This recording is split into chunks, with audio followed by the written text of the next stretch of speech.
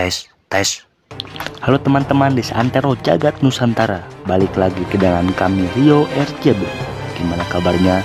Semoga kalian semua dalam kondisi terbaik, oke? Amin.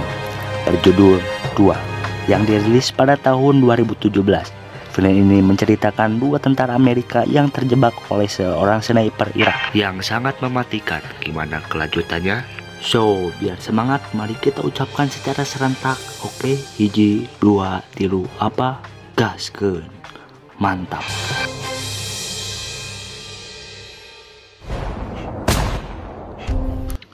Pada akhir 2007-an, Perang Irak akhirnya berakhir dan Presiden Bush sudah mengumumkan kemenangannya. Sehingga operasi pembangunan kembali berlaku. Seorang penembak jitu yaitu Sersan Matthews dan temannya bernama Sersan Ishak lalu dikirim ke konstruksi pipa di tengah gurun Irak. Hal itu dikarenakan semua orang Amerika yang bekerja di konstruksi pipa itu mati terbunuh. Jadi misi mereka adalah menemukan dalang di balik pembunuhan tersebut sebelum mereka membangun pipa yang baru. Para prajurit itu lalu bersembunyi di balik semak-semak untuk mengawasi lokasi konstruksi. Namun, sudah 20 jam berlalu, mereka tidak mendapatkan apapun. Karena di sana mereka juga tak menemukan tentara Irak yang sedang berjaga. Dan juga banyak mayat yang berserakan.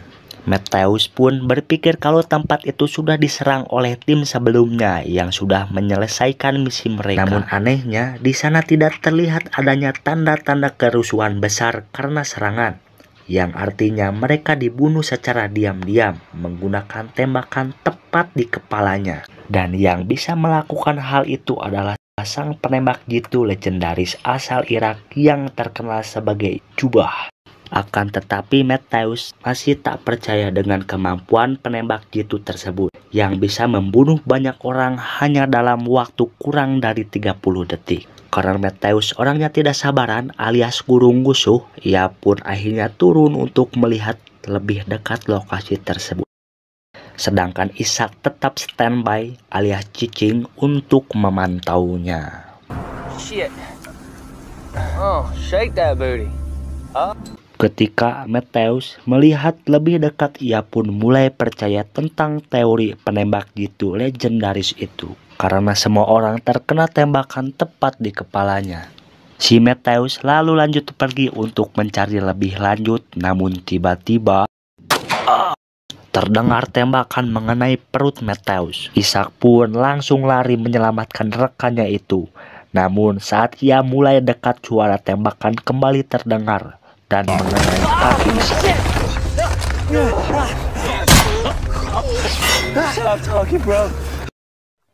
Ishak yang tak punya pilihan lain pun memilih mundur untuk bersembunyi di balik tembok.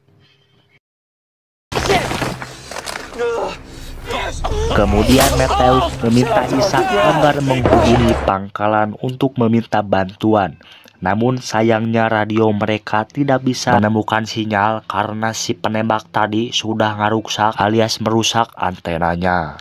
Si Matthews juga kembali meminta Ishak untuk melihat keberadaan si penembak itu agar ia bisa membidiknya. Tapi saat Ishak melobangi dinding untuk melihat keberadaan si musuh, si penembak itu pun kembali melepas pelurunya dan membuat tangan Ishak terluka akibat tertimbunan bebatuan.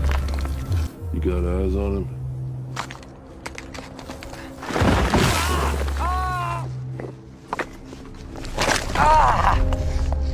Sorry, Matthews. Sekarang Matthews banyak mengeluarkan darah dan tidak sadarkan diri. Ishak yang tak mau berakhir seperti temannya kemudian mengeluarkan peluru di kakinya dan membalut lukanya.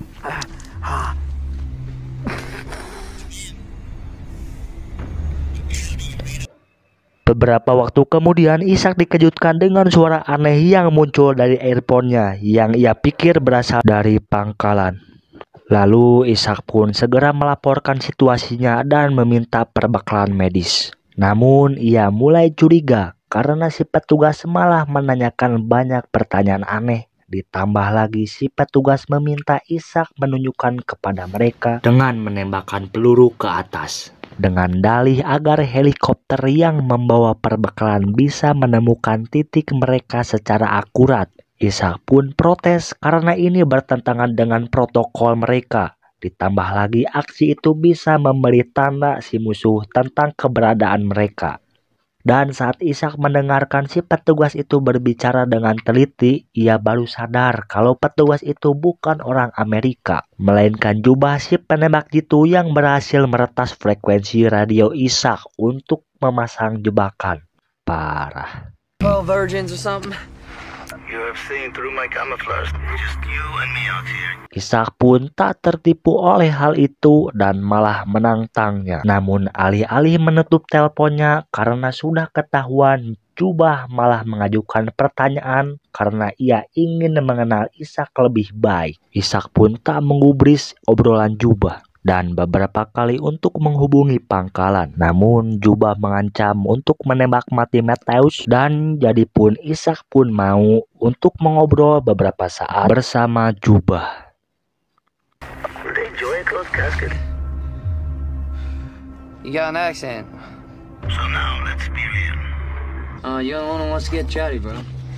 52, 3, 4. Ishak menggambarkan peta di tanah untuk menghitung lintasan peluru yang memungkinkan bisa menemukan lokasi jubah. Jubah lalu mengaku kalau dirinya memang hanya warga Irak biasa yang ingin menyelamatkan negaranya. Ia juga meminta Ishak menceritakan tentang keluarganya. Namun menurut Ishak itu terlalu pribadi untuk diceritakan ke orang asing. Ishak kemudian mengolok-olok tindakan jubah yang membunuh orang-orang yang sebenarnya mencoba untuk menolong negaranya dengan mendirikan sekolah, membuat jaringan pipa, dan infrastruktur yang lainnya yang bisa meningkatkan perekonomian lokal di sana. Tapi jubah malah menertawakan hal itu dan menjelaskan kalau uang yang dihasilkan di sini nantinya akan dikirim kembali ke Amerika. Yeah, that's fucking money. How many tours have you done now? What about me? Waktu terus berlalu dan jubah terus menanyakan beberapa masalah pribadi tentang Ishak, yang tentunya Ishak menolak untuk menjawabnya. Jubah pun membuktikan kalau dirinya berbahaya dengan memberitahu Ishak tentang pemilik konstruksi pipa tersebut, yang artinya jubah sudah mendengarkan percakapan mereka sejak mereka tiba. Di tengah itu Ishak menggunakan teropongnya untuk melihat lingkungan sekitar, di mana ia menemukan mayat yang masih memiliki radio komunikasi. Jadi ia pun mulai merangkak dan mengambil sepotong kayu untuk meraih radio tersebut tanpa terlihat oleh jubah. Namun usahanya tetap saja tak berhasil. Ishak lalu mencoba minum air dari botol, namun ternyata sudah habis. Dan ditemukan lubang peluru di botolnya, yang sudah pasti itu ulah si jubah, si penembak jitu. Dari sinilah kemampuan jubah sudah tidak diragukan lagi, karena ia dengan tepat bisa menembak botol minum, antena, radio, dan juga kaki Ishak. Di situasi inilah Ishak akan mati secara perlahan. On it. That's what I think about your fucking wall. You want to know the weapon I'm using? Shit. I thought we're being honest.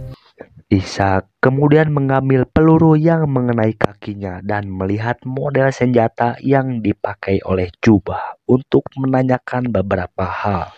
Ia juga memanggil jubah sebagai teroris yang membuat jubah tertawa dan membalik kalau yang teroris adalah orang Amerika karena memasuki negara asing secara ilegal sambil membawa senjata dan membunuh orang-orang. Sementara jubah terus berbicara, Ishak melakukan beberapa perhitungan dan mengamati sekitar. Sampai akhirnya ia menemukan titik keberadaan jubah yang ternyata ada di bawah tumpukan sampah. Jadi selama ini jubah bersembunyi di balik tumpukan sampah dan di bawah terik matahari. Dan menandakan kalau jubah ini memang benar-benar penembak jitu yang sangat profesional. Akan tetapi jubah membantah kalau dia penembak profesional dan mengaku sebagai warga Irak biasa. Dan jika dilihat dari aksennya, Ishak menebak kalau jubah pasti mantan tentara AS yang memberontak. Tapi jubah menyangkalnya. dan mengatakan kalau ia hanya membunuh orang-orang yang menyerangnya terlebih dahulu. Ishak lalu mulai bercerita tentang dirinya, di mana ia bertemu teman baiknya saat masih kecil, dan bagaimana mereka tumbuh besar bersama. All right. Shit about you, so why don't you go first? How many tours have you done now? Be honest with me, Isaac. Clan works by the fucking Stop and Shop. Setelah mengobrol sangat panjang, Ishak lalu mencoba menipu Jubah dengan memakai jaket dan helm di senapannya sambil dilambai-lambaikan ke atas dinding. Namun Jubah tak tertipu dengan trik seperti itu. Ditambah lagi, helm Ishak jatuh ke belakang tembok. Artinya sekarang Ishak tak punya pelindung kepala lagi.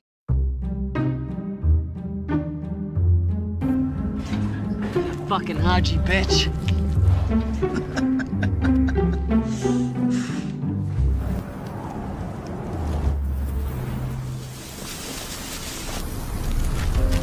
Tapi semakin berlalunya waktu, Ishak tidak mau tinggal diam dan menjadi nekat. Ia memutuskan berlari ke mayat di tengahnya untuk mengambil tas serta radio komunikasi dan kembali menuju balik dinding. Sebelum akhirnya Jubah melayangkan tembakan ke arahnya.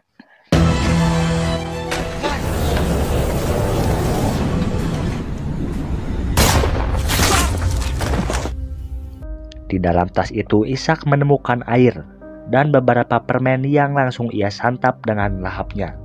Tapi sayangnya radio yang ia temukan sudah tidak berfungsi lagi. Karena aksi nekat Ishak tadi, Jubah jadi emosi dan menembak ke arah dinding sampai merusak teropongnya.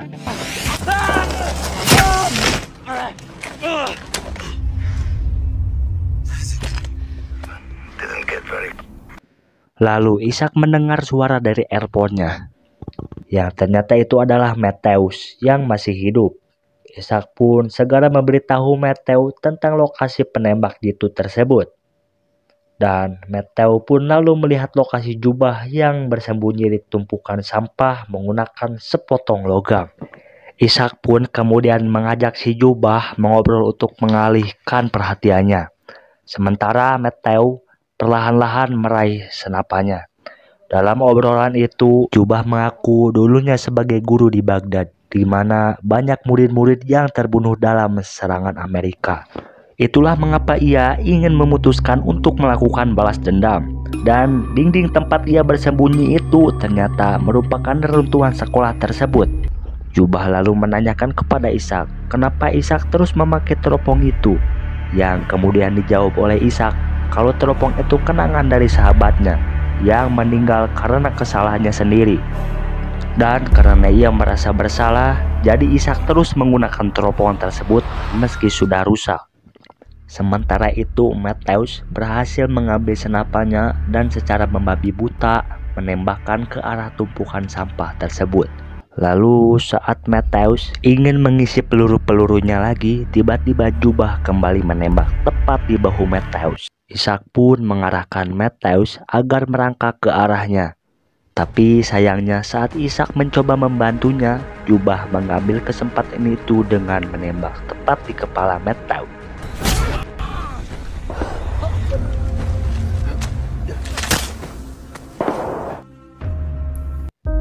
Tentunya kejadian ini membuat Ishak sangat sedih karena melihat rekannya terbunuh tepat di hadapannya. I wanna go home. Try to keep the story straight. Jubah lalu mempersilahkan Ishak untuk pergi dan ia mengaku tak akan menembaknya. Tapi tentunya Ishak tak mempercayai ucapan Jubah dan curiga kalau ia akan dibunuh juga. Si Jubah kemudian menanyakan tujuan utama kedatangan Ishak ke sini. Padahal perang juga sudah berakhir. Ishak pun menjawab kalau sebenarnya ia yang membunuh sahabatnya sendiri. Ia tak sengaja menembak partner penembak jitu sebelumnya saat mencoba membunuh musuh. Setelah kejadian itu, Ishak berbohong ke semua orang dengan mengatakan kalau partnernya dibunuh oleh si musuh. Di tengah obrolan itu, Ishak tiba-tiba mendengar suara berisik dari radio dan segera memeriksa sinyalnya. Akhirnya, kini dengan senang hati Ishak bisa mendapatkan sinyal dari radionya. Namun sayangnya Ishak tak bisa berbicara dengan pangkalan karena radionya tidak bisa mengirim pesan akibat beberapa kerusakan.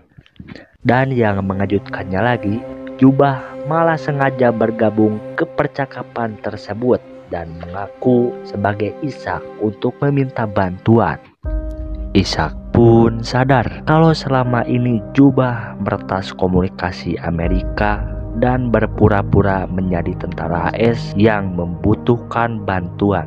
Dan ketika tim cadangan dikirim ke area tersebut, maka ia akan membunuh para tentara cadangan dengan sangat mudah.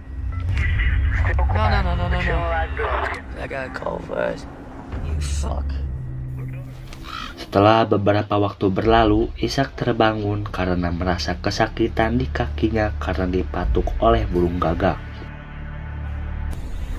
Karena tidak mau tinggal diam, Ishak kemudian nekat mengambil senapan Matthews yang ada di depannya menggunakan tali dan mengarahkannya ke tumpukan sampah. Di waktu yang sama, helikopter tiba di daerah tersebut untuk menjemput Ishak tanpa mengetahui kalau itu adalah jebakan Jubah. Ishak pun berusaha untuk menyelamatkan tim tentara yang baru saja datang dengan mendorong tembok hingga runtuh sehingga menjadi tanda tentang keberadaan Ishak sebenarnya. Ishak lalu mulai menembaki tumpukan sampah secara acak tanpa tahu sebenarnya kena Jubah atau tidak. Dan saat helikopter mulai mendekat, Ishak segera bangun untuk memberitahu mereka tentang posisinya. Namun ia terkejut karena Jubah tak menggunakan kesempatan itu untuk menembaknya. Jadi ia berpikir kalau tembakan acaknya tadi sudah membunuh si Jubah. Ketika helikopter mendarat, mereka pun dengan cepat membawa Ishak pergi menggunakan tandu dan mengobati lukanya. Ishak lalu mencoba memberitahu mereka tentang Jubah. Tapi anggota tim tak mendengar karena suara bising helikopter. Dan saat mereka mulai lepas landas, Jubah tiba-tiba menembaki helikopter mereka dan membunuh tentara medis satu persatu. Sebelum akhirnya mengenai pilotnya. Helikopter itu pun jatuh dan dikusruk ke tanah dan menewaskan si Ishak.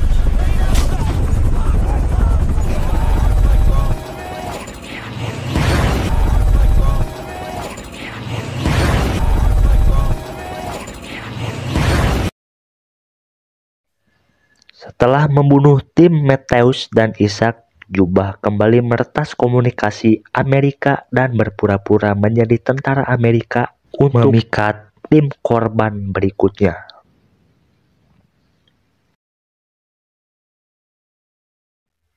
Dan akhirnya film ini pun tamat. Oke, semoga kalian terhibur dengan alur cerita yang saya bawakan.